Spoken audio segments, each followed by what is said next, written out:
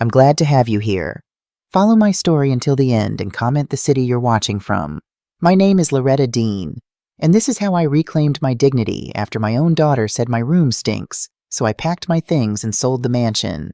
I wasn't trying to listen. I was just walking past the kitchen on the way to refill my tea. Paige was on the phone, pacing barefoot across the tile, one hand slicing the air like she always did when she was complaining. She doesn't even notice it, she said. Her room stinks. It's like nursing home air. Heavy, like old fabric and, I don't know, something medical. She laughed, a short clipped sound I didn't recognize. I stopped mid-step. The chipped mug in my hand wobbled. I steadied it with my other palm. Careful not to spill. I was standing just outside the doorway. Not hidden, not sneaking. Just there. Paige didn't look over, didn't lower her voice. It's seeping into the hallway, she continued. I've sprayed the whole bottom floor, but it's like it clings to everything. My heart didn't race. It slowed. I backed up, quiet. The soles of my slippers made no sound on the hardwood as I returned to the room they let me stay in. They called it the guest room. I closed the door softly behind me, not to hide, just to protect something that had been peeled open too fast. The tea in my mug had cooled. I set it down on the dresser, the same dresser where I kept my folded nightgowns, my vitamins, a framed picture of Paige when she was 7, grinning, no front teeth. I looked at her little face, the face that once begged me to sing one more lullaby, the one who cried when I left for my night shift at Memorial Hospital, the one who ran to me in the mornings with paint-stained fingers and whispered secrets. Now she walks past me without touching my arm. She thanks me for folding laundry like I'm a polite neighbor. Not her mother. 3 months ago, I turned 77. 2 weeks later, I had the stroke. Nothing dramatic, just enough to make walking unsteady and mornings uncertain. Paige had called immediately. You shouldn't be alone. Mom, you'll stay with us just until things settle. I remember a time when I never needed anyone's permission to exist. For 42 years, I worked night shifts as a nurse at Memorial, bringing babies into the world, holding the hands of those leaving it. People trusted me with their lives, their last words, their first breaths. Now I need permission to adjust the thermostat. I picked up the mug again. The crack along the rim had widened slightly. I ran my thumb over it, feeling the rough edge, another damaged thing trying to remain useful. Then I sat down in the armchair beside the window. Outside, the roses I planted last spring were starting to fade, dried at the edges, brittle from too much sun. Still there, still trying. Just like me, I still keep the pink linen dress in a garment bag. Tucked behind winter coats I no longer wear. I bought it 5 years ago. A retirement gift to myself. A soft collar, delicate pleats, mother-of-pearl buttons down the front. I'd imagined wearing it to Sunday brunches with friends, maybe in some quiet cafe with real tablecloths and sunlight slanting through tall windows. I never wore it. Not once. The brunches never happened. The friends either passed on or moved away. And I moved into Paige's guest room with a suitcase and a promise that it was only for a little while. I sold my condo, quiet street, south-facing windows, the kind of place I imagined aging into. The money helped with the down payment on this house, Paige's name on the mortgage, my savings in the closing. At first, it felt like a shared home. I baked muffins. I watched Tyler and Zoe when Paige had meetings. I paid the water bill without being asked. Then my boxes were moved to the garage. My chair was removed from the living room. My name stopped appearing on the Wi-Fi password post-it.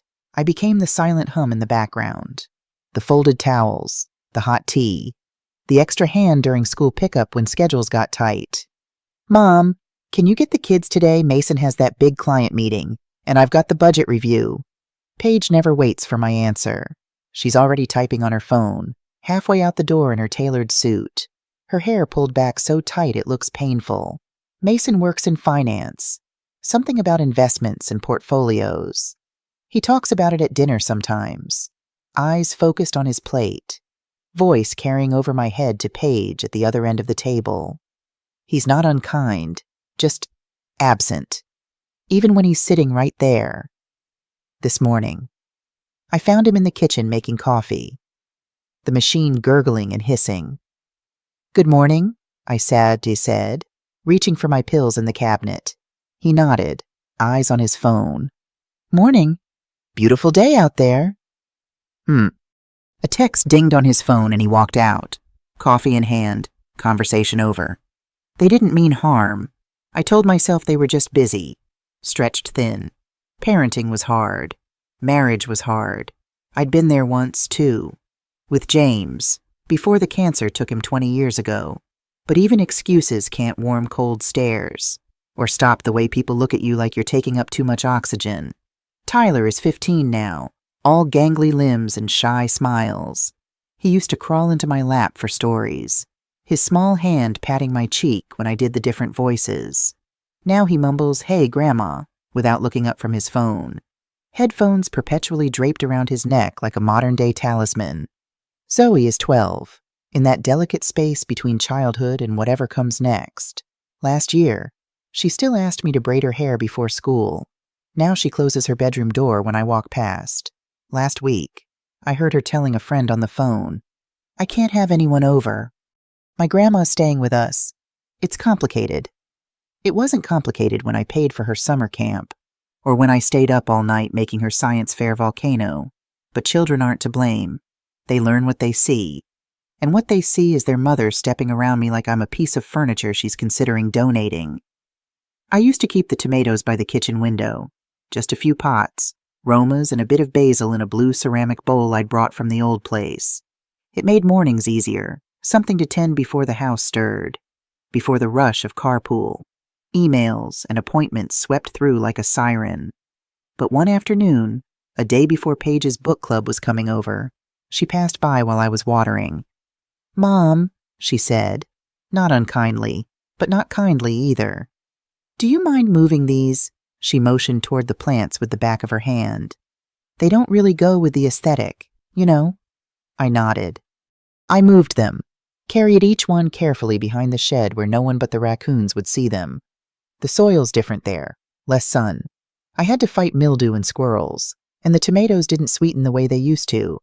Still, I tended them daily, watered, pruned, talked to them when no one was listening. Sometimes Zoe would follow me out back, but mostly the twins stayed busy.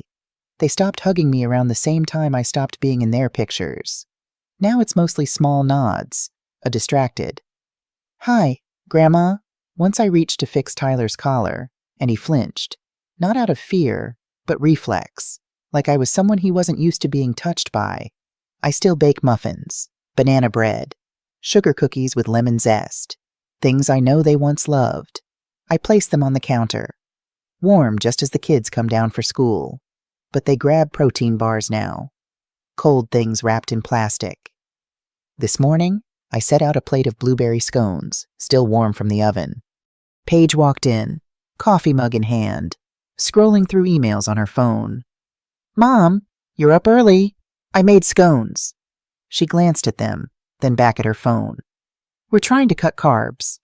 I wrapped the scones in foil and put them in the freezer, next to last week's banana bread and the month's worth of meals I'd prepared when they went to visit Mason's parents in Chicago without telling me until the night before they left. Last week, Paige lit a candle outside my door, one of those designer ones, glass jar, minimalist label.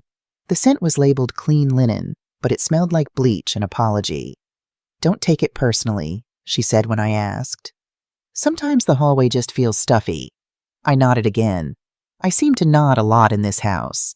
But I do take it personally. I take it personally when they close the pantry door while I'm reaching for oatmeal. When they rewash the dishes I've already cleaned. When I offer help and get the smile that says no but won't say the word. The tomatoes are dying, I think. But I'll plant them again next spring. Maybe somewhere new. I used to sing. Did you know that in the church choir every Sunday? And sometimes just for myself. Folding laundry or washing dishes. James said I had a voice like warm honey, smooth and sweet. I believed him because love makes us believe beautiful lies. Now I hum, quietly, under my breath when I'm alone. Even then, I sometimes catch myself mid-note and stop, like I'm taking up too much space with just the vibration in my throat. Yesterday. They were discussing my doctor's appointment at dinner. Not with me. About me. The neurologist said her recovery is plateauing, Paige said to Mason, fork hovering over her salmon. We should probably look into more regular care. I'm sitting right here, I said, but my voice came out thinner than I intended. Paige blinked, like she'd forgotten. Of course, Mom. We're just concerned. I can manage my own appointments. You forgot the last one. Remember I had to reschedule. I hadn't forgotten. The appointment was at 2:30, but Tyler had a half day at school, and no one had told me until that morning. I chose my grandson over a routine checkup. Somehow, that became another mark in the column of my decline. Later that evening, I overheard Paige on the phone again, probably with her friend Diane. It's getting worse. She lost her glasses 3 times last week. I found them in the refrigerator once. I wanted to explain. I'd put them down to help Zoe with a school project, and my hands were full of glue and glitter. The refrigerator was the closest clean surface. But explanations sound like excuses when you're already deemed incompetent. Then came the candle, the expensive one with the clean linen scent. Paige placed it on the small table outside my room, lit it with a long match, and gave me a tight smile. Just freshening things up a bit, I felt the heat rise to my face, not from anger, but from shame. Did I smell? Had I become that person? The one whose bodily presence offends. I started showering twice a day after that, using the lavender soap Paige had given me last Christmas, still in its gift box until then. I scrubbed until my skin was pink and raw. I washed my nightgowns every day, hung them in the bathroom to dry instead of using the dryer, afraid the scent would somehow contaminate the family's clothes. One night, unable to sleep, I went to the kitchen for tea. Tyler was there, illuminated by the open refrigerator, making a sandwich. "Hey, Grandma," he said, startled. "You want one?" "No, thank you, dear. Just tea." He nodded, concentrating on spreading peanut butter in perfectly even strokes. "Mom's been weird lately," he said suddenly. "All stressed about the house and stuff." "Oh, yeah. She keeps saying we need to present well because of Mason's promotion. Whatever that means." He rolled his eyes, a gesture so reminiscent of Paige at his age that my heart squeezed. "I think your mom just wants everything to be nice." "Yeah, but—" He hesitated, then closed the refrigerator. "Never mind. What is it, Tyler?" He sighed, shoulders slumping. "I heard her talking to Dad about putting you in a home, like a care place or something. She said it would be better for everyone." The kettle began to whistle, a thin, high sound like a distant scream. I turned it off with a hand that didn't feel like my own. "I see," I said, because what else could I say? "I told her it was messed up," Tyler said fiercely, suddenly looking older than his 15 years. "Your family," I hugged him then, this tall boy who still had traces of the child I used to read to. He hugged me back, brief but real, then grabbed his sandwich and disappeared upstairs. I didn't make the tea. I went back to my room and sat in the dark, thinking about all the places I'd been, all the homes I'd made, all the people I'd cared for, and how easily we become inconvenient when we're no longer useful in the ways others want us to be. On my 77th birthday, no one remembered until dinner. Paige gasped suddenly over dessert store-bought cheesecake, not my favorite, and said, "Oh my God, Mom, it's your birthday." I completely forgot. Mason looked up from his phone, blinked, then offered a belated, "Happy birthday, Loretta." Tyler mumbled something similar. Zoe, at least, jumped up to hug me, her thin arms around my neck, the scent of strawberry shampoo in my nostrils. "I'm sorry, Grandma. I would have made you a card." "It's all right, sweetheart. It's just a day." Later, alone in my room, I opened the closet and pulled out the pink linen dress.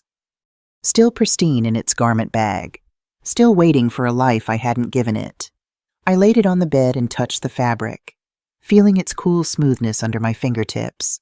I thought about James then, how he used to insist we dance in the kitchen after dinner, spinning me around while the radio played old Motown songs, how he'd kiss my hand like we were in some old movie, making me laugh. "My Loretta," he'd say, "the most beautiful woman in the world." I used to roll my eyes, But I believed him, or at least I believed he believed it, which is its own kind of truth.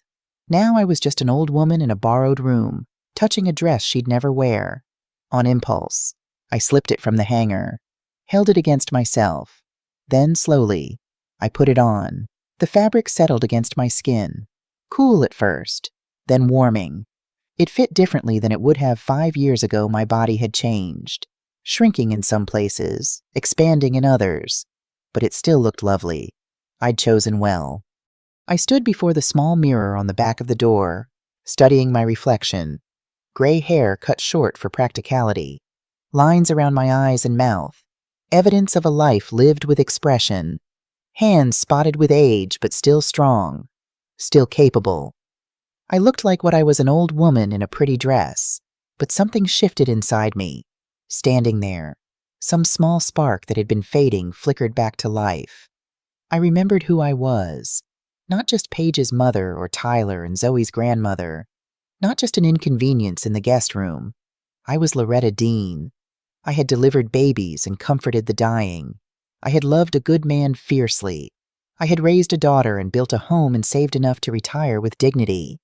And somehow, I had let them take that dignity from me, piece by piece, until I barely recognized myself. I sat down on the edge of the bed, still in the pink dress, and reached for the small notebook I kept in my nightstand. I began to write, not a diary entry, but a list. Things I still owned, things I still controlled, things no one could take from me unless I let them. At the top of the list, my name, my memories, my choices. When I finished, I put on my nightgown and hung the dress back up, but I didn't return it to the far corner of the closet. I left it where I could see it. A reminder. The next morning, I was drinking tea at the kitchen table when Paige rushed in, late for a meeting, hair still damp from the shower.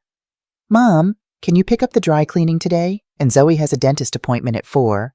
I looked at her, really looked at her, for the first time in months.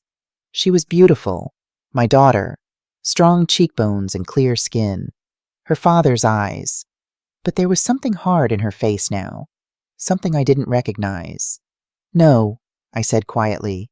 She stopped, one earring half fastened. "What, eh? I have plans today." "Plans? What plans?" I took a sip of tea. "Just plans. I'm sure you can reschedule the dentist." She stared at me, confusion warring with irritation. "Mom, we talked about this. You said you'd help with the kids while I'm working on this project." "I'll help when I can, but not today." Her phone buzzed. She glanced at it, then back at me, clearly torn between addressing this unexpected resistance and being late for her meeting. "Fine," she said finally. "We'll talk about this later."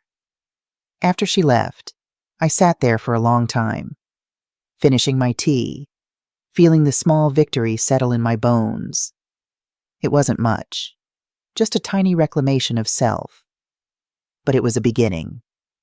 That afternoon, I put on the pink dress and took myself to lunch at the small French bistro downtown.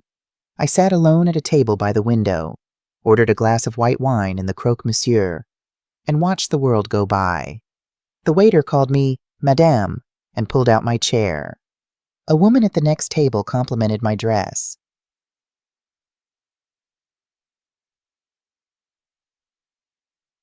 For 2 hours, I was not an inconvenience or an obligation. I was simply a woman enjoying her lunch. When I returned home, Paige was in the kitchen, laptop open on the counter, glasses perched on her nose. She looked up, startled, when I walked in. "Where have you been? I've been calling you." "I went to lunch." "In that dress, where, with who?" "At Petit Chou, and with myself." She looked me up and down, as if seeing me for the first time. "Mom, are you okay?" I smiled, a real smile that felt strange on my face after so long. "I'm better than I've been in quite some time." That night, I added another item to my list, courage, because I would need it for what came next. I wouldn't continue to shrink myself to fit into spaces that were deliberately made too small for me. I wouldn't apologize for existing.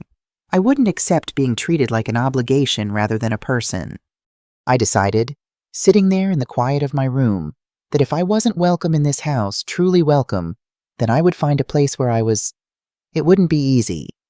I was 77 years old with a body that sometimes betrayed me. But I had survived worse. Much worse.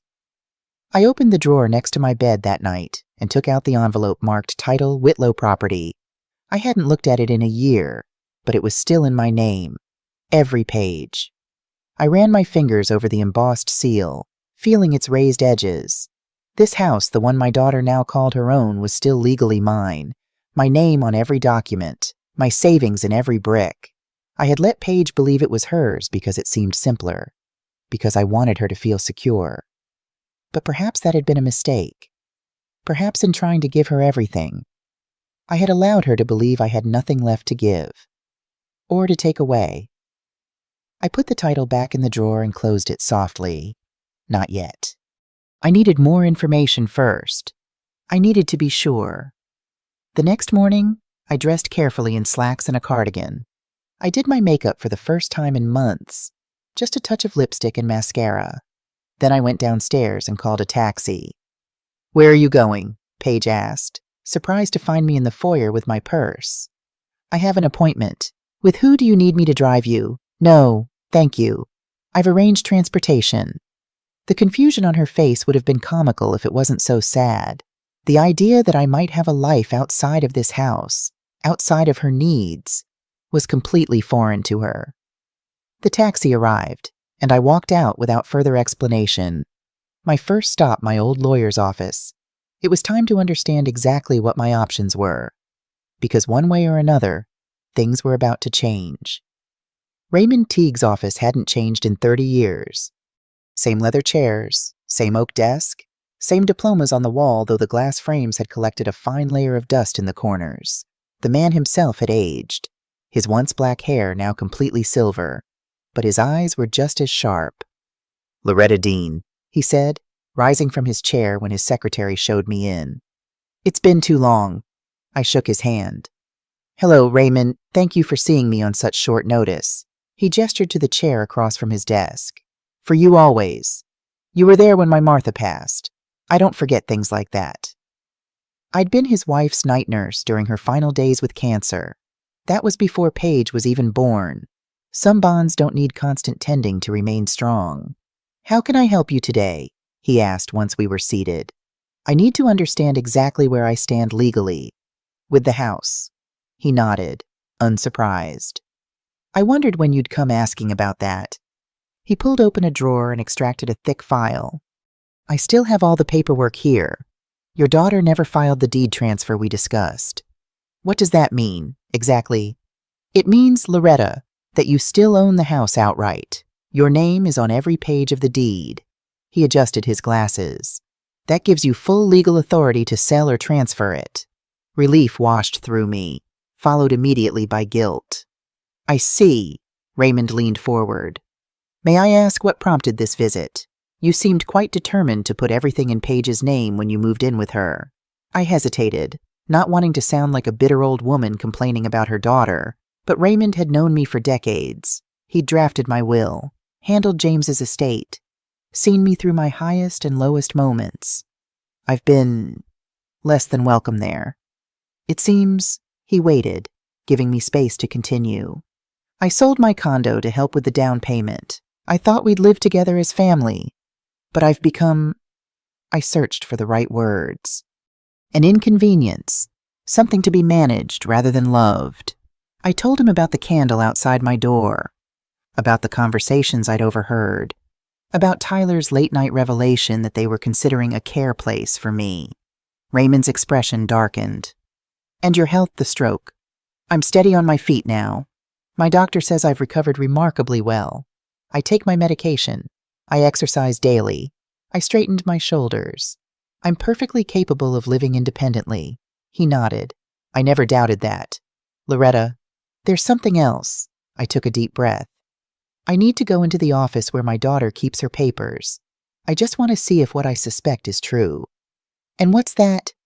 "That she's been planning my removal for some time now."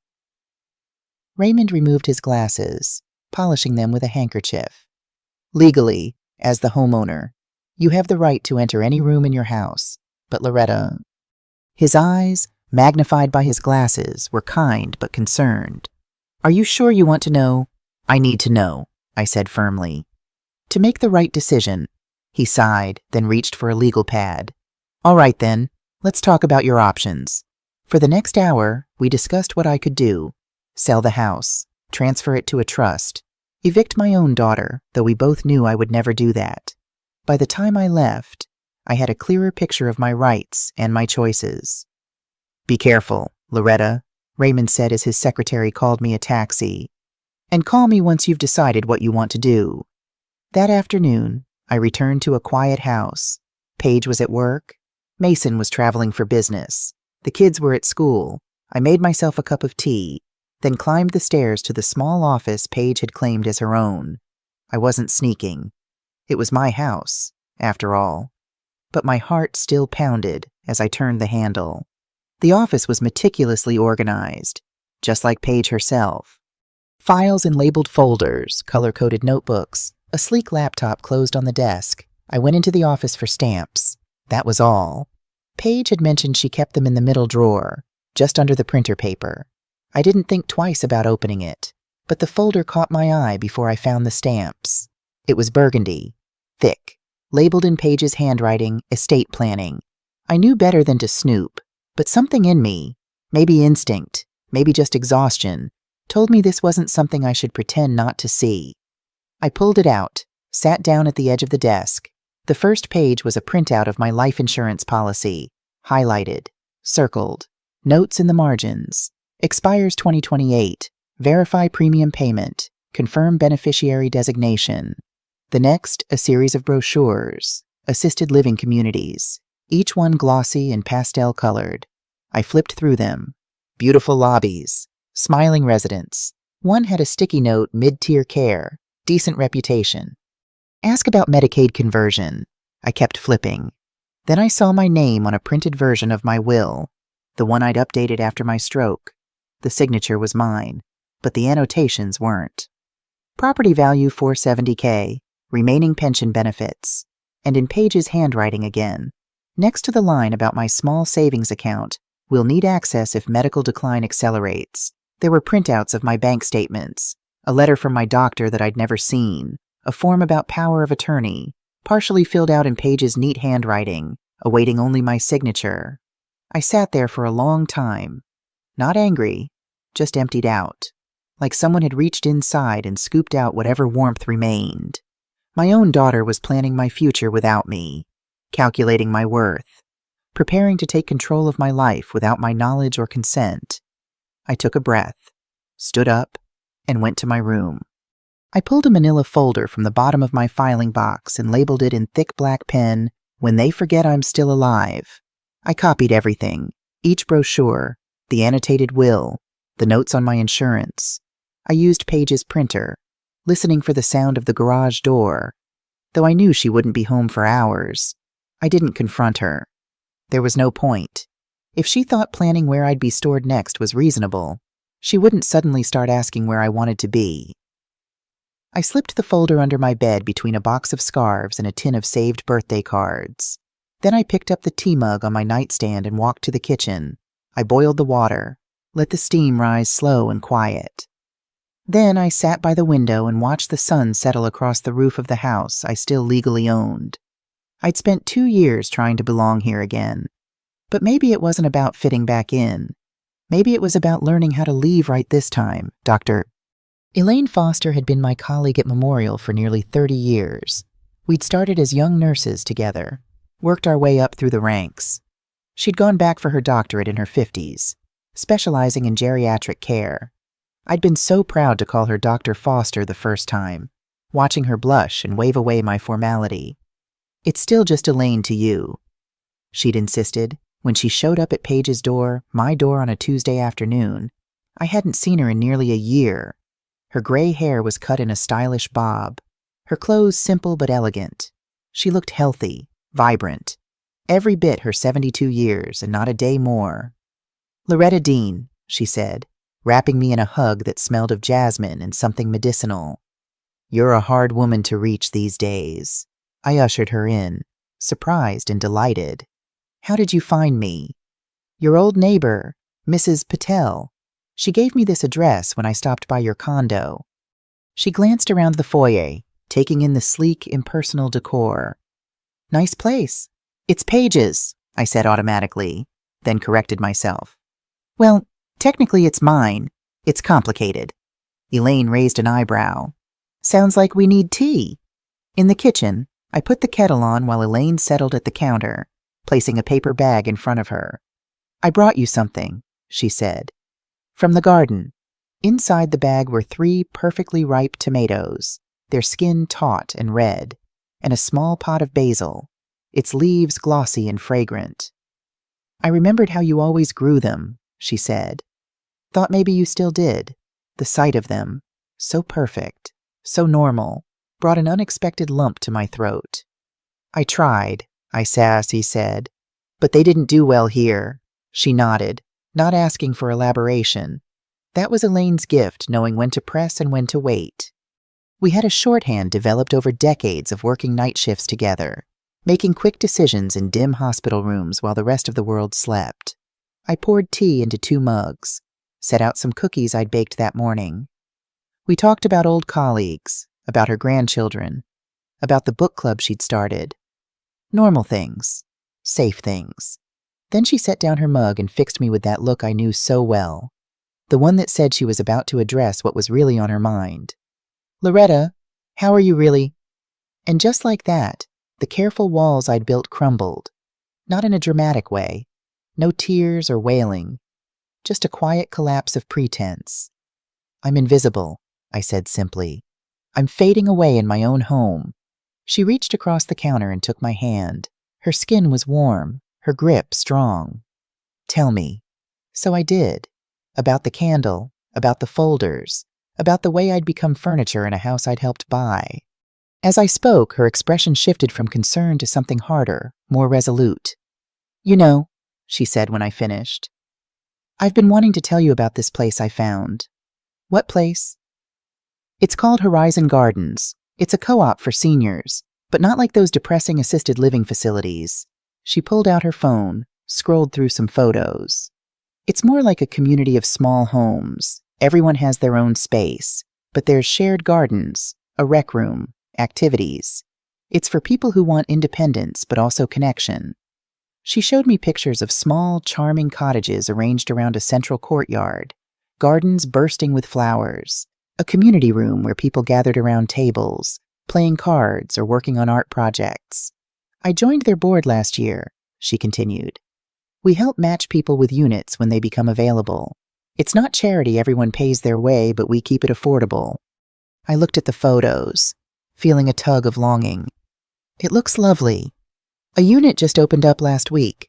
1 bedroom, private patio, south-facing windows. She gave me a meaningful look. Just like your old condo, I stared at her.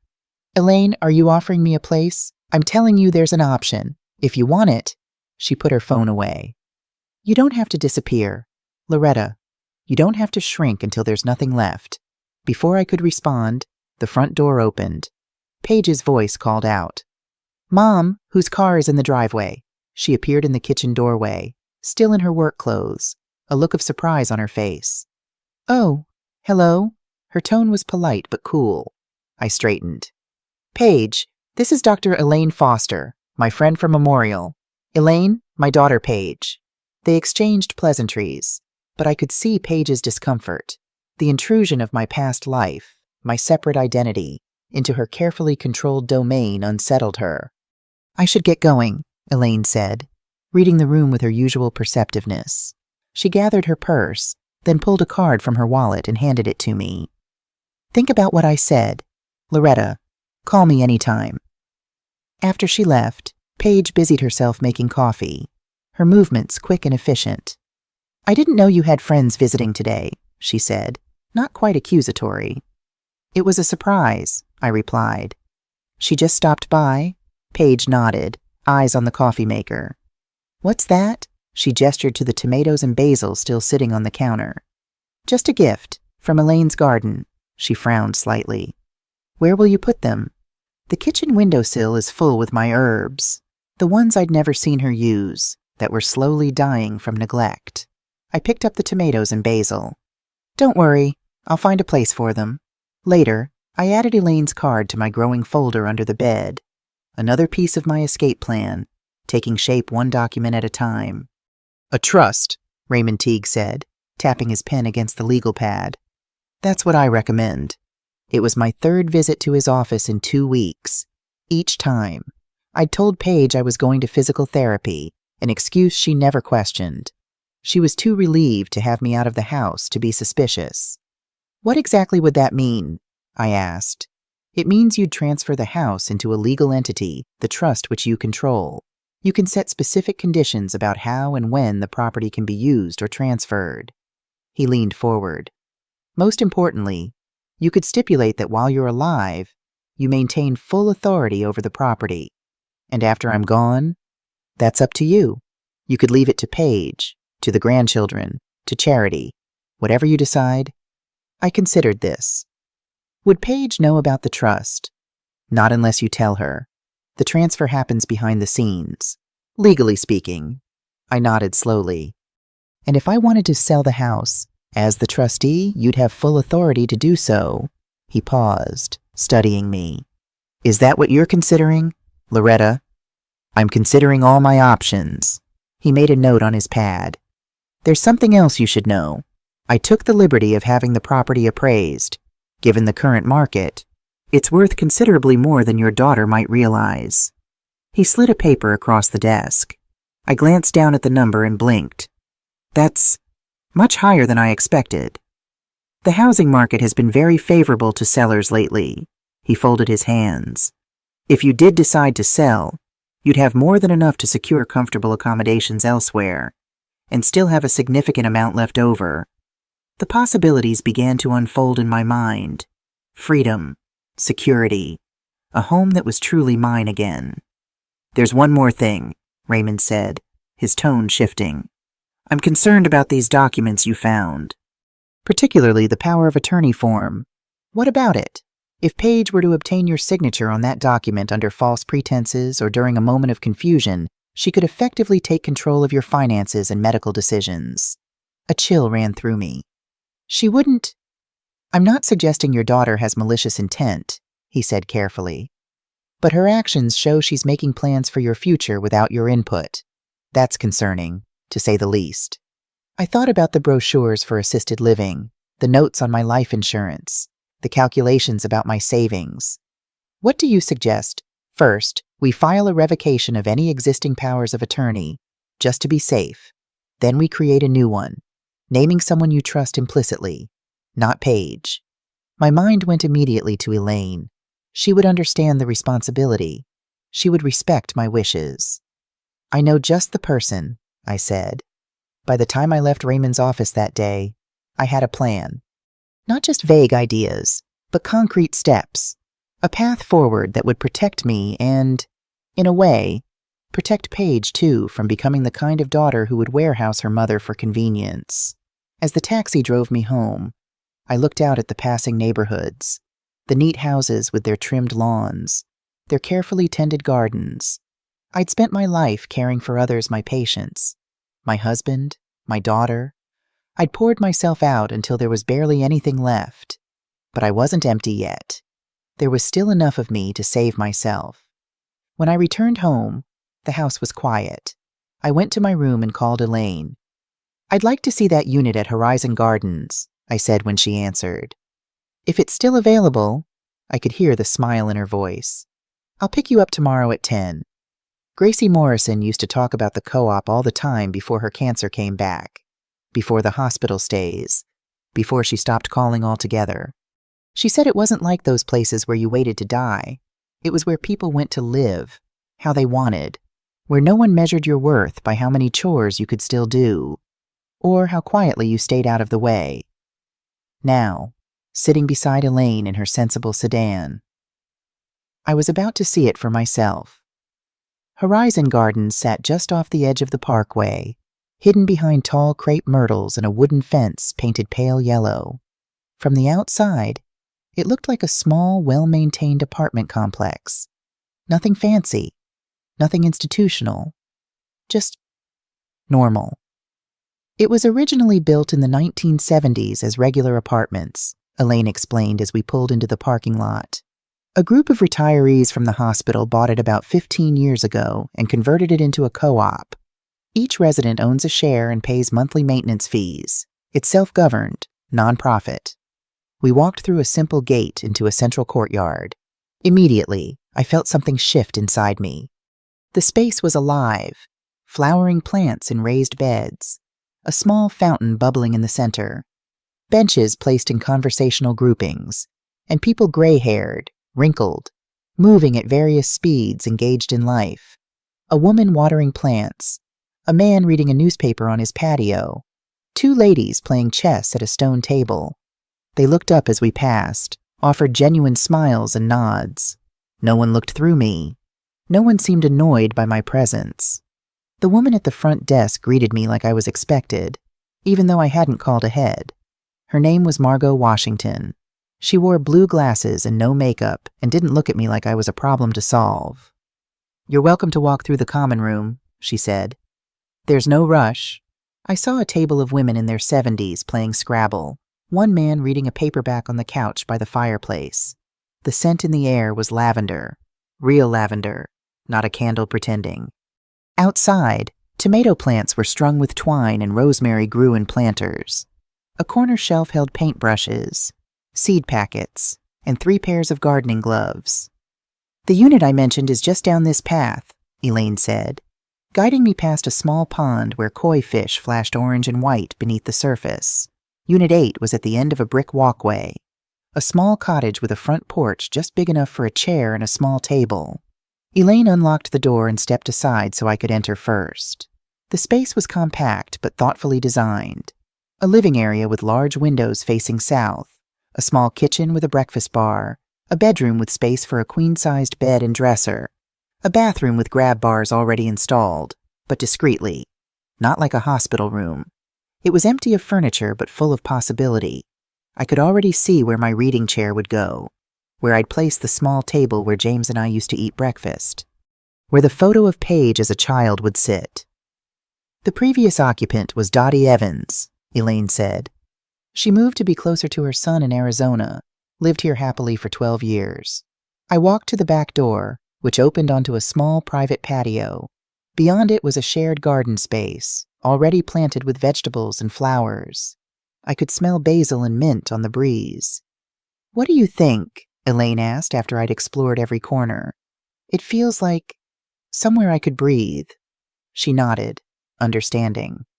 "The monthly fee covers all utilities, maintenance, landscaping, and access to all common areas. There's a shuttle to the grocery store 3 times a week. The hospital is 10 minutes away, and there's a clinic on site 2 days a week. And the cost..." She handed me a sheet of paper with figures. The buy-in was substantial but fair. The monthly fee was less than I'd expected. And with what Raymond had told me about the house's value, "It's doable," I said, almost to myself. "More than doable, with your resources." Elaine touched my arm gently. "The board reviews all applications, but I'll be honest. Loretta, yours would sail through. You're exactly the kind of resident we want. Independent, engaged, with a lifetime of experience to share." I looked around the empty space once more, seeing not what was there but what could be. A place where I wouldn't have to shrink, where I wouldn't have to apologize for existing, where candles would be for light or scent, not to mask my presence. "I didn't bring the application," I said. Margot appeared in the doorway, smiling, a folder in her hand. "But I did," she said. "Just in case."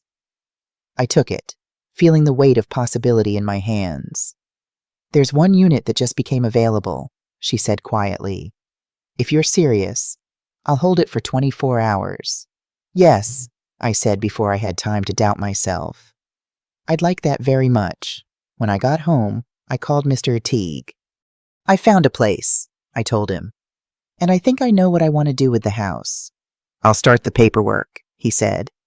"This is the right decision. Loretta. That night, I dreamed of tomatoes ripening in the sun, their scent rich and earthy, of windows I could open without permission, of a chair that was mine, in a space that welcomed rather than tolerated me. I woke feeling lighter than I had in years. I started in the closet, not packing yet, just sorting.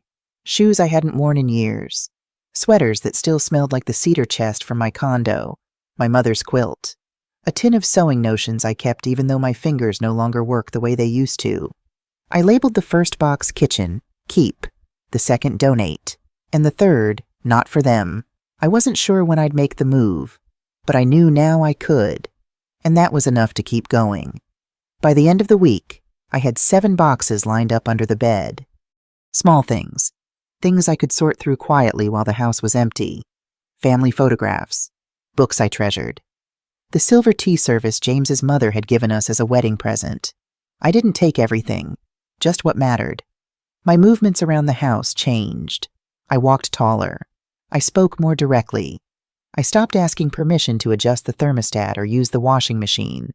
Paige noticed. Of course she did. Nothing escaped her attention, except perhaps the humanity of those closest to her. "You seem different lately," she said one evening as I prepared a cup of tea in the kitchen. "More, I don't know, present." "Do I?" I stirred honey into my cup. "I'm feeling more like myself, I suppose." She leaned against the counter, studying me. "Is it the new medication Dr. Harmon mentioned there might be an adjustment period?" I hadn't started any new medication. Dr. Harmon had suggested it at my last appointment, but I'd decided against it. Interesting that Paige thought she knew better than I did what was happening with my own body. "Maybe," I said, not correcting her. "Or maybe I'm just finding my way back." She frowned slightly. "Back to what? To myself." The confusion on her face would have been comical if it wasn't so telling. The idea that I had a self separate from her needs, her convenience, her life, was apparently foreign. "Well, I'm glad you're feeling better," she said finally. "But Mom," she hesitated, choosing her words carefully, "if you're struggling with anything memory, confusion, anything like that, you need to tell us. We can help." I took a sip of tea, letting the warmth spread through me. "I'll be sure to do that." Later that week, Paige came into my room while I was reading. She rarely entered my space, an irony considering how freely she discussed removing me from it. "Mom, I've been thinking," she began, sitting on the edge of my bed. "Maybe it's time we talked about the future." "What about it?" "Well, as we get older, sometimes we need more structure, more support." She smoothed an invisible wrinkle from the bedspread.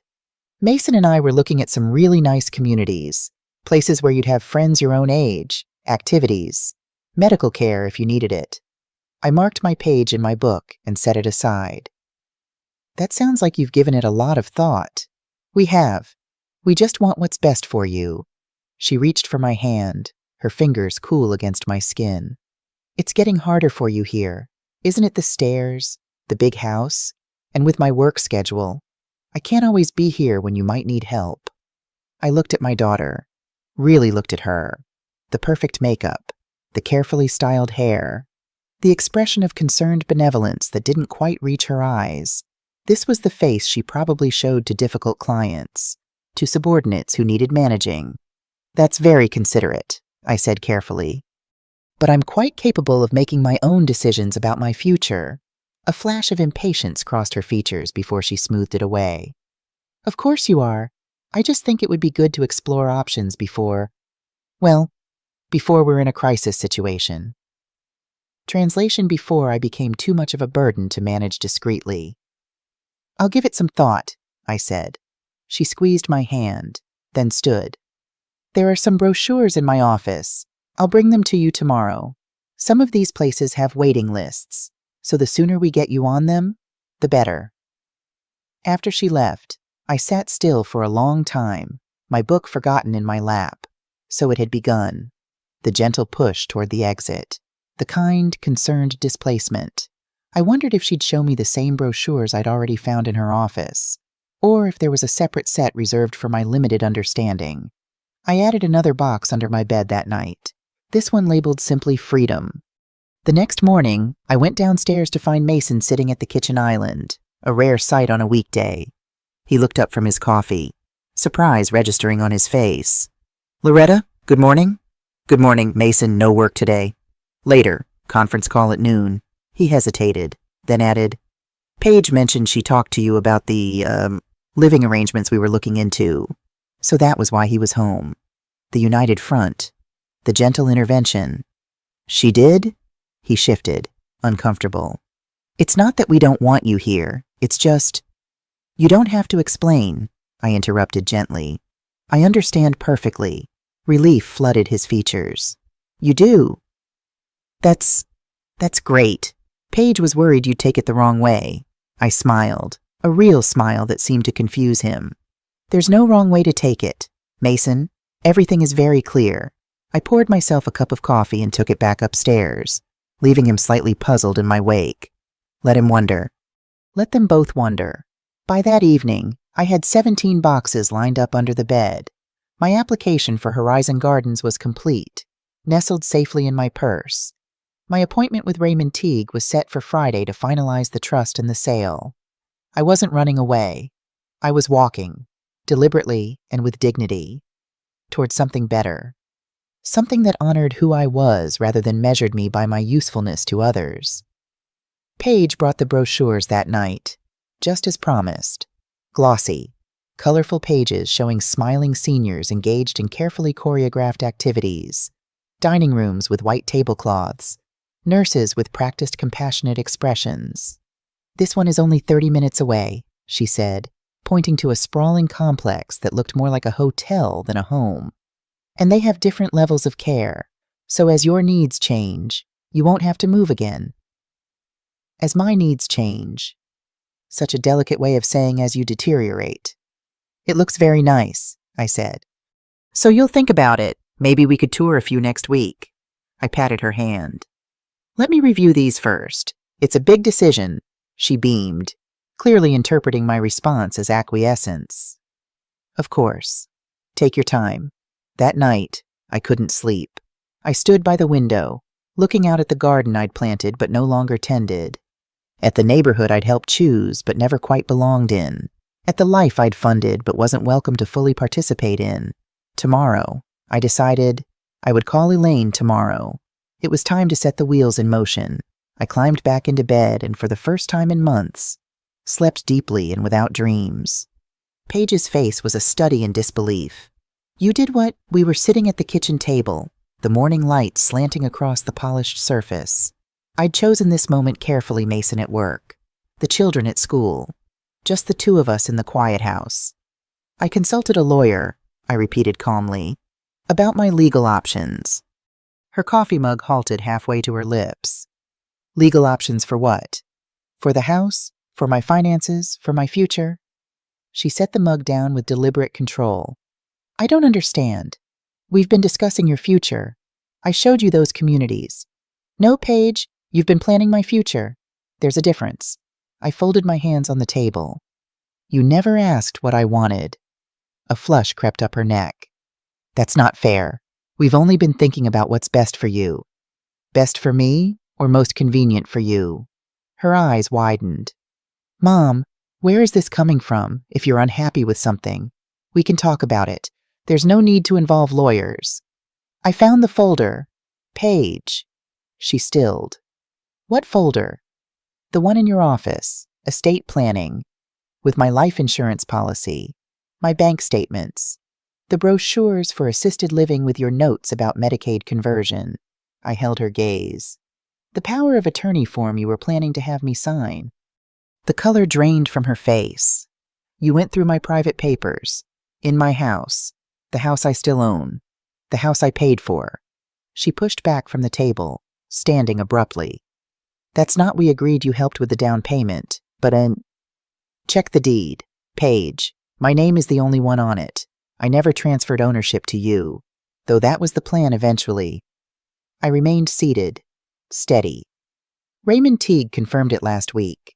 You went to Dad's old lawyer behind my back." Her voice rose, indignation replacing shock. After everything we've done for you. Taking you in, caring for you after your stroke. Taking me in, I finally stood, my own anger rising to meet hers. This is my house, Paige. I sold my condo to buy it. I moved in here because you said it made sense for us to live together as a family. And then you systematically made me feel like an intruder in my own home. That's ridiculous. You're being paranoid. Am I the candle outside my door to mask my nursing home smell? Moving my plants because they didn't fit your aesthetic, planning to ship me off to an assisted living facility while you calculate how to access my savings? My voice remained low but intense. I heard you on the phone, Paige. I saw the notes in your handwriting. Don't insult me by denying it now. She crossed her arms. Defensive. Fine. Yes. I've been looking into options. Someone has to. You had a stroke, Mom. You forget things. You need help. I had a minor stroke over 2 years ago. I've recovered remarkably well, according to my doctor whose assessment I found in your file. By the way, I take my medication. I exercise. I'm perfectly capable of living independently. So what? You're going to sell the house out from under us, make us homeless to prove a point. The melodrama might have been funny if it wasn't so revealing of how she saw the situation. No, Paige. I'm not like you. I don't make plans for other people's lives without their knowledge or consent. I softened my tone. I'm moving out. I found a place that suits me better. A community where I'll have my own space, but also support if I need it. She blinked, thrown off balance by this unexpected direction. Moving? Where? It's called Horizon Gardens. It's a co-op for seniors. I've already been approved for a unit. A retirement home. You're choosing some institutional. It's not institutional. It's a community of independent adults who respect each other. I sat back down, suddenly tired of standing. The house will be placed in a trust. You and Mason will have 6 months to decide if you want to buy it from the trust at fair market value, or if you prefer to find somewhere else to live. You can't be serious. Her voice had lost its edge, uncertainty creeping in. I've never been more serious about anything in my life. She sank back into her chair, staring at me like I was a stranger. Perhaps I was. The mother she knew or thought she knew would never have stood up for herself this way. When? She asked finally. I move at the end of the month. The trust paperwork will be finalized next week. Does Mason know about this? I'm telling you first, as a courtesy. She laughed, a short, bitter sound. A courtesy, after blindsiding me with legal maneuvers and secret plans. The irony of her complaint wasn't lost on either of us. She had the grace to look slightly ashamed. What about the kids? She asked, shifting tactics. They love having you here. This will devastate them. Will it? When was the last time either of them spent more than 5 minutes with me? When was the last time you encouraged them to? I shook my head. They'll be welcome to visit me any time. My door will always be open to them. We sat in silence for a long moment, the weight of years of unspoken resentments and misunderstandings between us. I never meant for you to feel unwelcome, she said finally, her voice smaller. I know, I replied. And I did know. She hadn't been deliberately cruel, just thoughtless, focused on her own convenience, viewing me as a problem to solve rather than a person to cherish. But intention and impact are different things. Paige. She looked down at her hands, twisting her wedding ring. So that's it, you've made up your mind. Yes. And there's nothing I can say to change it. Would you even try? I asked gently. Or are you just worried about having to find a new house? Her silence was answer enough. Later that evening, Mason came home early. I heard them arguing in their bedroom, voices rising and falling, my name mentioned repeatedly. Then he knocked on my door, his expression a mixture of disbelief and calculation. Loretta, he began, an unusual formality in his tone. Paige told me about your decision. I set aside my book. Yes. He sat down in the chair by the window, running a hand through his hair. Look, I understand you might be feeling overlooked. Maybe we haven't been as attentive as we should be. We can fix that. This isn't about attention. Mason, then what is it about? Because from where I'm sitting, it looks like you're punishing Paige for trying to plan for your care. I'm not punishing anyone. I'm choosing what's best for me. He leaned forward, switching to his negotiator voice, the one he probably used with difficult clients. Let's be practical. At your age, living alone isn't ideal. What if you fall? What if there's another stroke? At least here, someone would find you. At Horizon Gardens, I'll have neighbors who actually check on each other. A community that notices if someone doesn't show up for coffee. I met his gaze steadily. When was the last time either of you came into my room just to see how I was doing, not to ask me to watch the kids or pick up dry cleaning, but just to talk? He had the decency to look uncomfortable. We've been busy. That's not an excuse. It's just reality. I understand busy. Mason, I raised Paige alone while working night shifts. I helped care for James through cancer treatments while managing a household. Busy isn't new to me. I folded my hands in my lap. But we make time for what we value. That landed harder than I intended. He stood up, defensive again. So this is about feeling undervalued. Tell us what you need. Then, don't blow up our lives with lawyers and trusts. I've told you what I need. My own space where I'm respected. It's too late for anything else. He paced the small room, agitated. Have you considered what this will do to the kids, to our stability? We can't afford to buy this house at market value right now. The timing is terrible with my company's restructuring. And there it was, the real concern. Not my well-being, not family harmony, but finances and convenience. The trust gives you 6 months, I said. And you'll have options for financing. Raymond will explain everything. He stopped pacing to stare at me. You're really going through with this? Yes. After he left, I sat quietly in my room, listening to the sounds of the house. Paige and Mason's muffled argument, the dishwasher humming downstairs, Tyler's music bleeding through the wall, bass-heavy and insistent. I didn't feel triumphant, just resolved, and a little sad that it had come to this. The next morning, there was a new candle outside my door.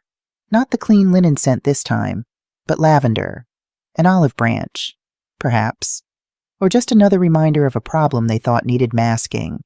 Either way, I left it unlit. Paige had a conference in Asheville. Mason had a client meeting in Charlotte. The kids had a soccer tournament nearby. They left early Friday morning, all in a rush, bags tumbling down the stairs. Paige shouted for someone to grab the sunscreen. Then the door slammed, and silence followed. I waited 15 minutes, boiled water, drank tea. Then I opened the window and let the morning air touch my face. The weekend away had been planned for months. I'd heard them discussing it over dinner, making arrangements, coordinating schedules. Not once had they asked if I wanted to join them. Not once had they seemed to consider what I would do alone in the house for 3 days.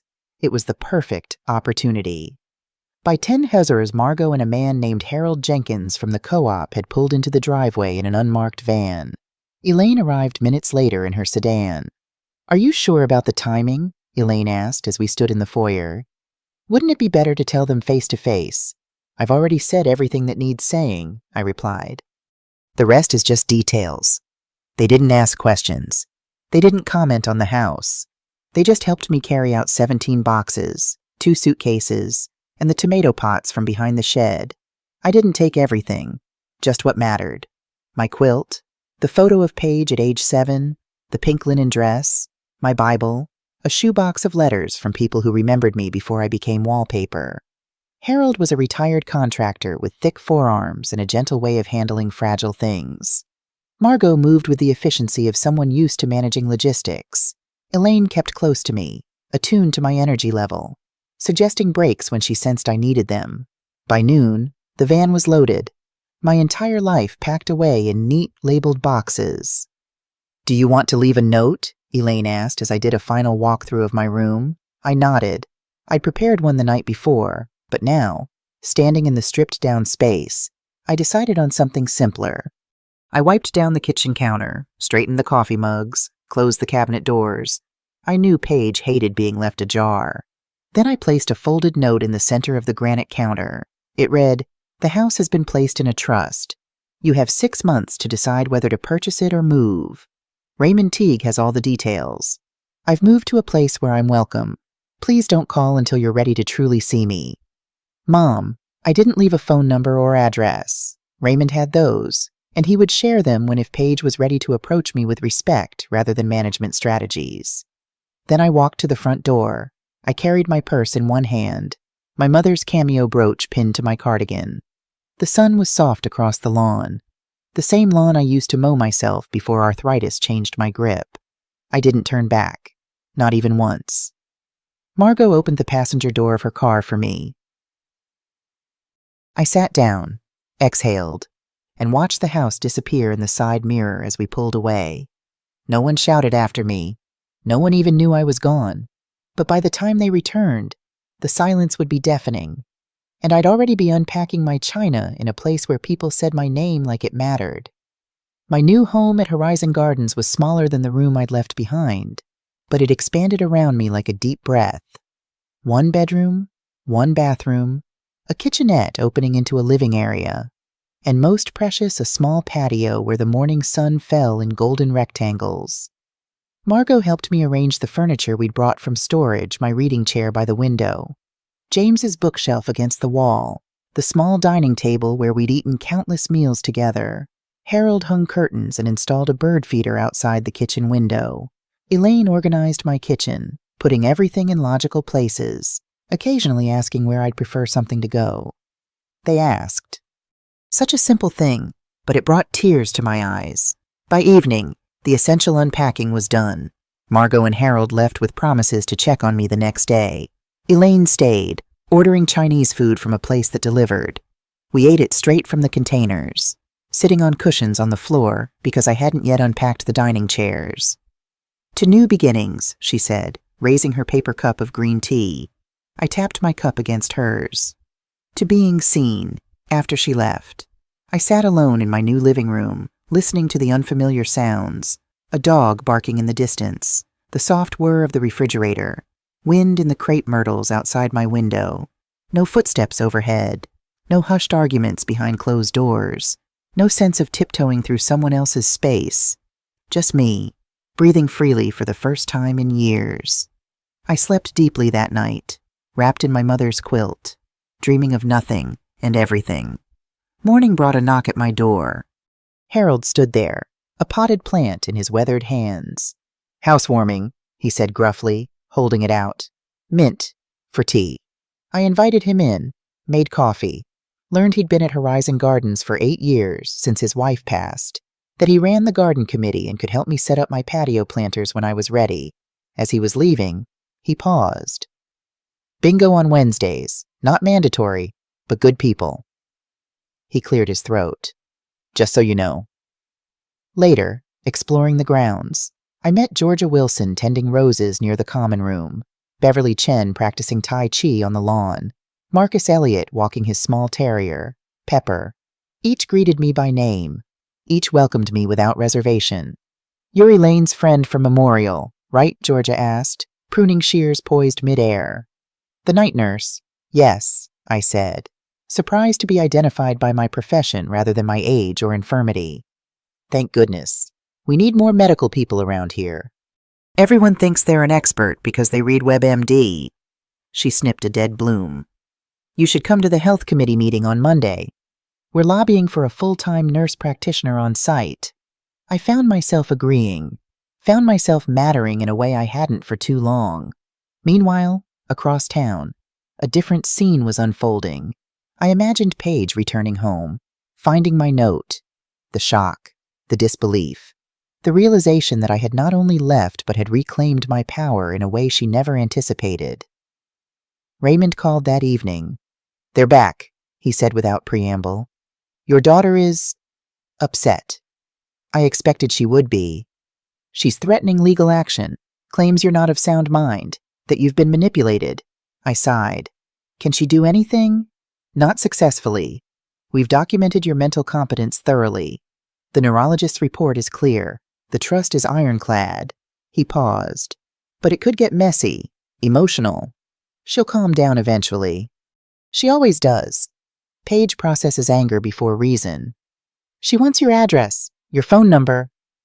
"Do you think she's ready to really talk to me, to listen?" He hesitated. No, not yet. Then don't give them to her. Not until she's ready to see me as a person. Not a problem. After we hung up, I sat on my new patio as evening settled around me. I'd planted the tomatoes in large containers, positioned to catch the morning sun. Beside them, basil and rosemary stretched toward the fading light. My phone rang repeatedly that night. Paige, Mason, even the children's numbers flashed on the screen. I let them all go to voicemail, not out of spite, but because I needed this boundary. Needed them to understand that access to me was no longer automatic or on their terms. The messages varied in tone: shock, anger, pleading, accusations. How could you do this to us? This is completely irresponsible. Please come home. Mom, we can work this out. You've put us in an impossible position. By morning, they had shifted, more reasonable, less accusatory. We're worried about you. Just let us know you're okay. The kids miss you. I listened to each one, hearing not just the words, but what lay beneath them, the realization that I had options, that I had power, that I had worth beyond what I could provide to them. I was arranging my books by color on the shelves in my new living room when the first text came through from an unknown number. Grandma, it's Tyler. Mom doesn't know I'm texting you. Where are you? Are you okay? My heart squeezed. I had missed him, this gangly boy on the cusp of manhood. I texted back. I'm fine, sweetheart. I've moved to a place of my own. I'll explain everything when things calm down. 3 dots appeared, disappeared, appeared again. Mom is freaking out. Dad keeps making calls to lawyers. I'm sorry for the upheaval. This isn't about punishing anyone. It's about me needing to be somewhere I'm respected. A long pause. Then, was it because of what I told you about them wanting to put you in a home? No, Tyler, it was many things over a long time. None of it is your fault. Can I see you? I hesitated. I didn't want to put him in the middle of an adult conflict, but I also didn't want to reject his genuine reaching out. Yes, but let's give it a week or 2 for things to settle. I promise I'll contact you soon. Okay, I miss you. 3 simple words that brought tears to my eyes. I miss you too, sweetheart. That night, I attended a potluck in the common room, brought a plate of lemon bars made in my new oven, sat at a table with Georgia, Beverly, and Marcus, talked about books and politics and the best way to keep squirrels out of tomato plants. No one asked why I'd moved there. No one treated me like I was fragile or declining. I was just Loretta, the new resident, the former night nurse, the maker of excellent lemon bars. I walked home under a sky spattered with stars, a lightness in my step that had nothing to do with physical health and everything to do with spirit. For the first time in years, I wasn't fading. I was becoming more visible with each passing day. The knock was firm, insistent. 3 sharp raps that carried determination. I'd been expecting it for days, had rehearsed what I would say, how I would stand my ground without cruelty. Still, my heart quickened as I moved to the door. Paige stood on my small porch, arms crossed, face set in lines of controlled anger. Behind her, Mason waited beside their car, a reluctant participant in this confrontation. May I come in? She asked, formal and cold. I stepped aside. Of course. She entered, taking in my new home with quick, assessing glances, looking, I suspected, for evidence of inadequacy, proof that I couldn't possibly be better off here than in her spacious guest room. Instead, she saw curtains blowing gently in the breeze, fresh flowers on the table, books arranged on shelves, my reading chair positioned perfectly to catch the afternoon light. A home, small but complete, thoughtfully arranged to please no one but myself. So this is where you disappeared to, she said, still standing, unwilling to accept the comfort of a seat. This is where I moved to, I corrected gently. There was no disappearance. I left a note. A note! She practically spat the word.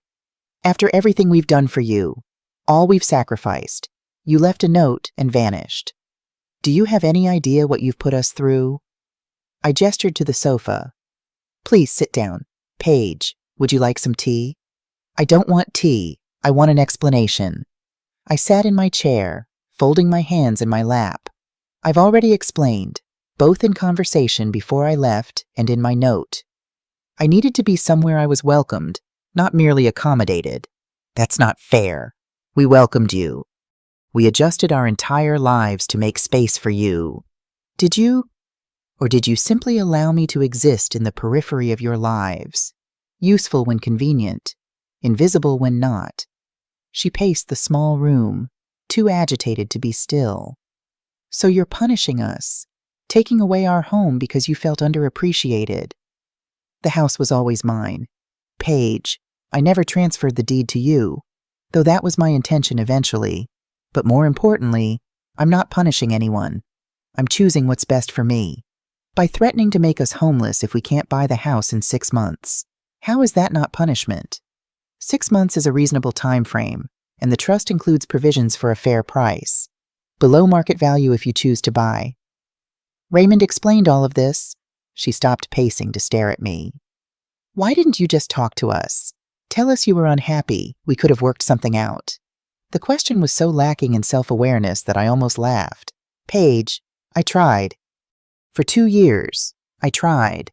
I adjusted to your rules, your schedules, your preferences. I made myself smaller and quieter and less demanding. I watched you plan my future without consulting me. I heard you complain about my presence in what was supposed to be my home, too. That's not the candle outside my door.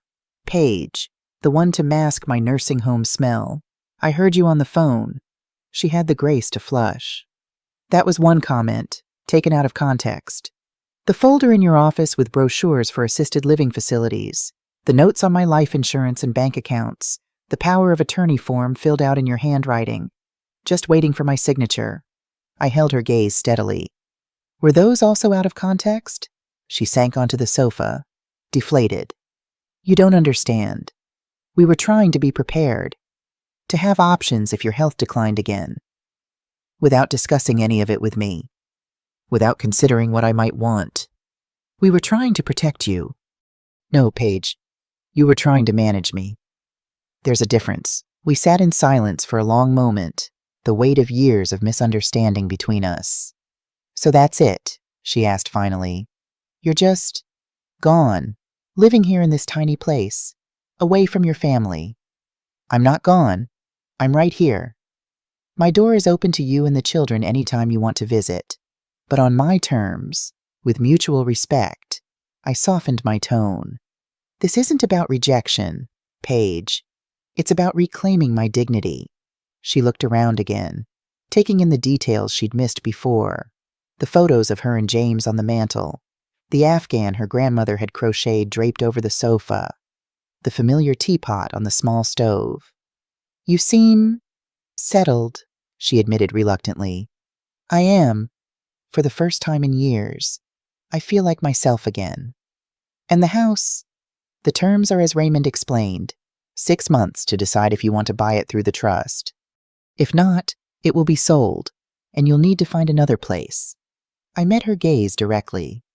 That was always going to happen eventually. Paige, you just thought you'd be making the decisions. Not me. The truth of that landed between us. Undeniable. The kids miss you, she said, changing tactics. Especially Tyler. He's been impossible since you left. I miss them too. They're welcome here anytime. Just not me. A hint of the little girl she once was colored her voice.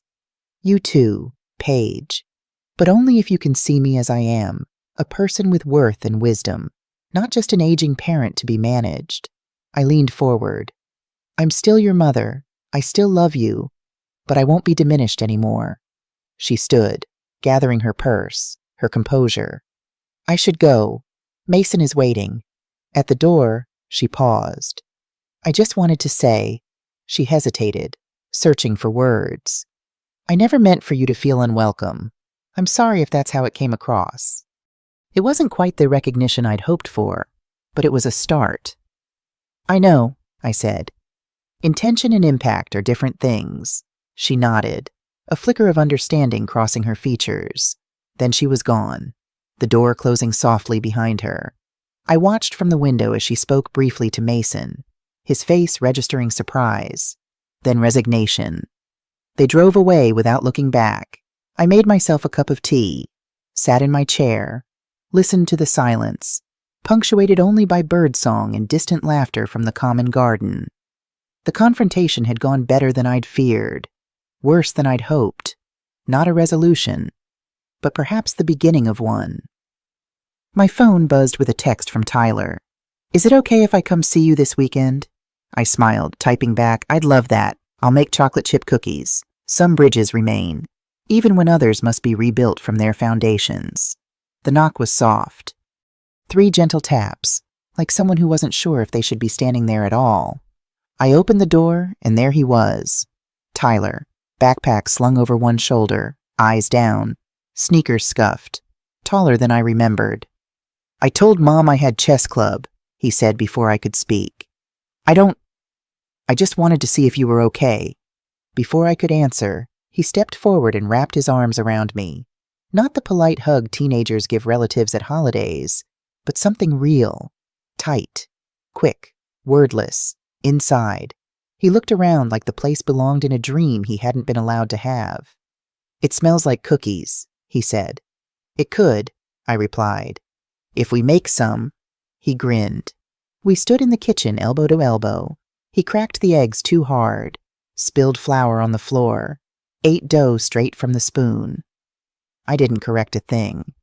"You were always there," he said once, quietly, while the cookies baked. "At every game, at all the school things. I never really noticed. I'm sorry."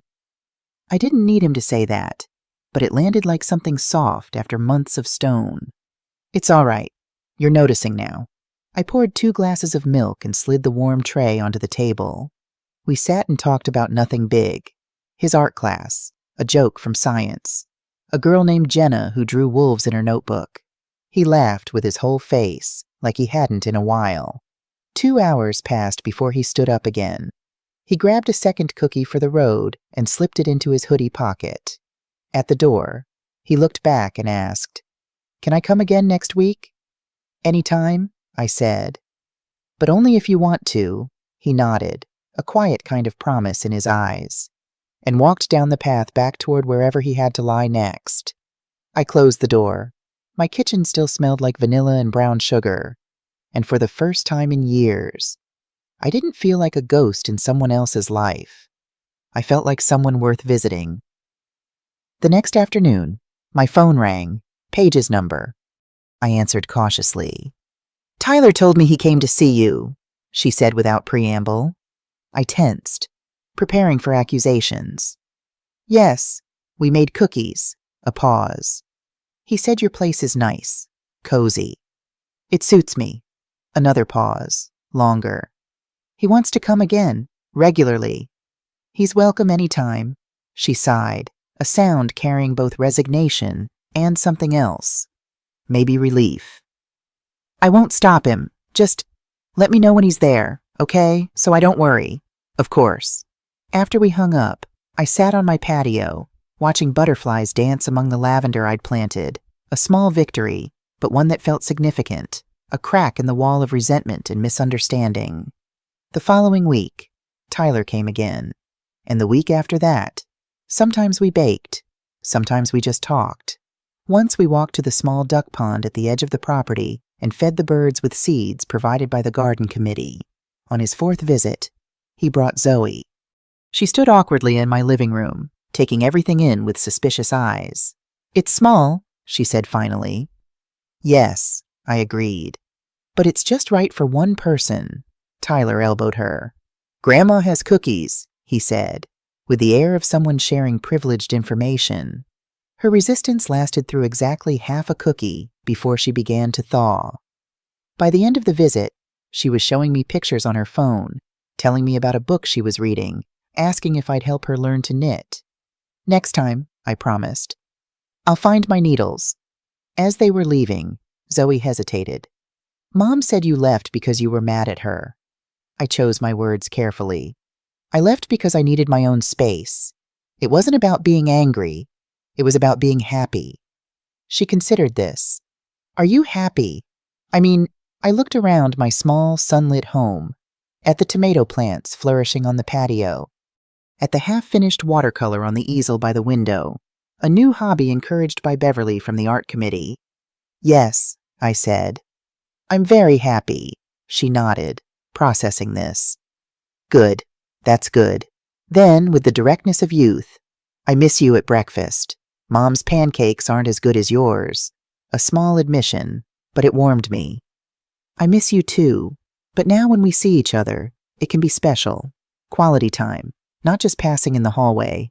That night, I received a text from Paige. "The kids came home happy. Thank you for that.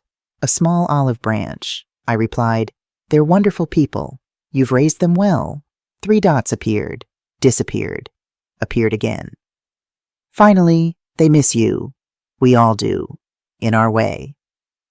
I let that sink in, this tentative admission. "My door is always open," I wrote back. "When you're ready." The dots appeared one more time, then vanished. No reply came, but that was all right. Healing wouldn't happen overnight. Some bridges take time to rebuild, especially when you're not sure what the other shore looks like anymore. But for the first time, I believed it might be possible. Not a return to what was that bridge was well and truly burned, but perhaps something new. Something based on mutual respect rather than obligation. In the meantime, I had a life to live. My life. On my terms. My lavender bloomed early this year. Maybe it was the new soil. Maybe it was the quiet every morning. I pulled open the sunroom curtains and sat in the armchair by the window with my tea and a pen.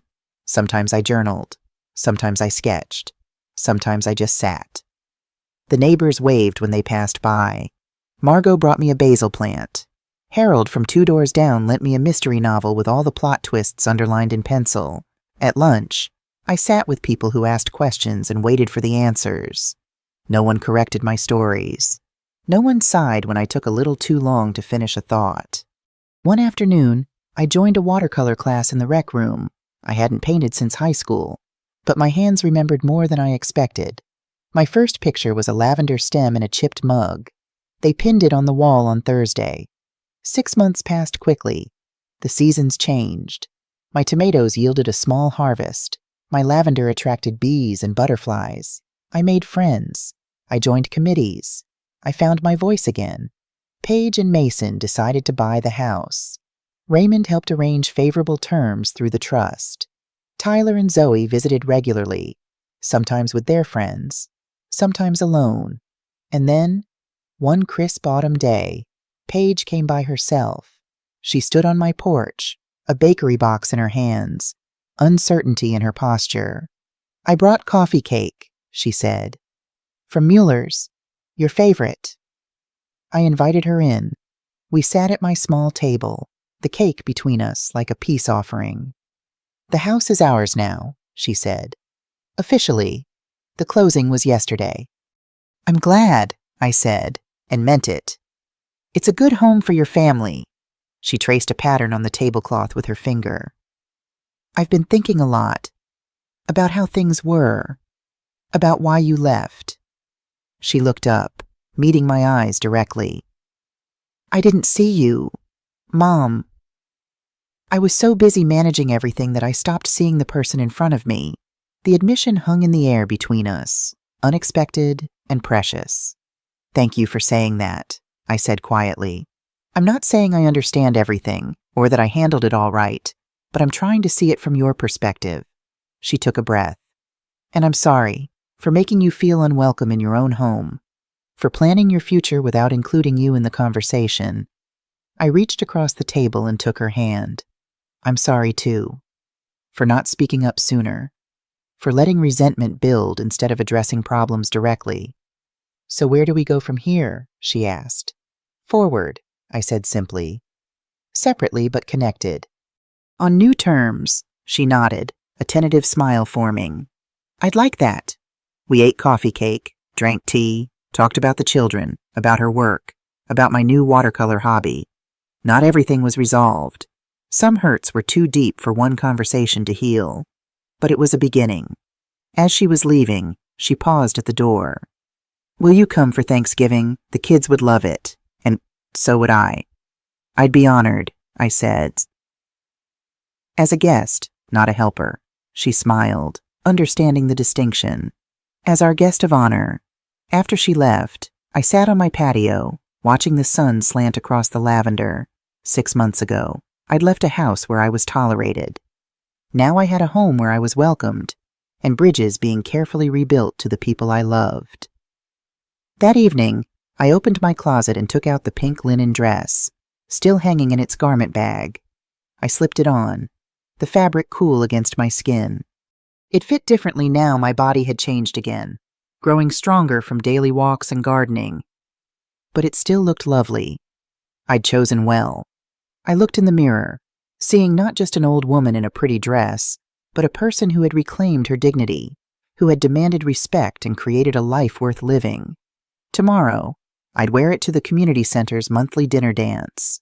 Harold had asked if I might save him a waltz. Georgia had promised to introduce me to her brother, a retired doctor with a passion for jazz. But tonight, I would sit on my patio with a glass of wine, listening to the evening sounds of my new neighborhood, the distant laughter from the common room, the soft conversations on nearby porches, the wind in the crepe myrtles. All around me, my lavender bloomed in the fading light, filling the air with sweetness, not masking anything, just being exactly what it was meant to be, just like me. What would you do if you were in my place? Have you ever been through something similar? Comment below. Thank you for watching.